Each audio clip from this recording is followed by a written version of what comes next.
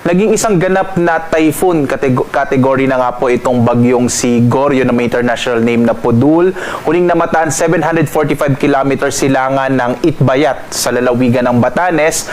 Taglay yung pinakamalakas na hangin na umabot ng 120 kilometers per hour malapit sa gitna at pagbugso na nasa 150 kilometers per hour. Kasalukuyang kumikilos ito pakanluran sa bilis naman na 25 kilometers per hour. So lumakas nga po itong bagyong si Goryo at typhoon category na po. So, ibig sabihin ng typhoon category natin, kung ito ay tatama sa lupa ng Pilipinas hanggang signal number 4, yung pwede nating itaas na tropical cyclone wind signal. Pero sa ngayon, wala tayong nakataas na anumang tropical cyclone wind signal sa anumang bahagi ng ating bansa. At makikita nyo, wala pa rin direktang epekto ang bagyong Goryo sa anumang bahagi ng ating kapuluan. Kahit po yung habagat, hindi pa rin napapalakas ng bagyong Goryo.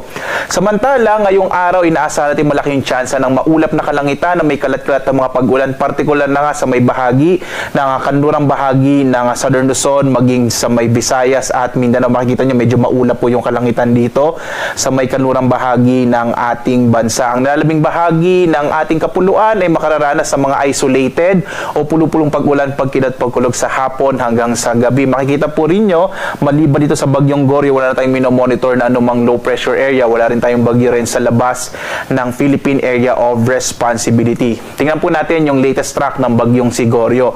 Makikita po natin sa latest track nitong bagyong si Goryo na posible nga na ito ay maglandfall bukas ng tanghali bandang sa area po ng Eastern Taiwan at lalabas naman ng Philippine Area of Responsibility bukas ng gabi.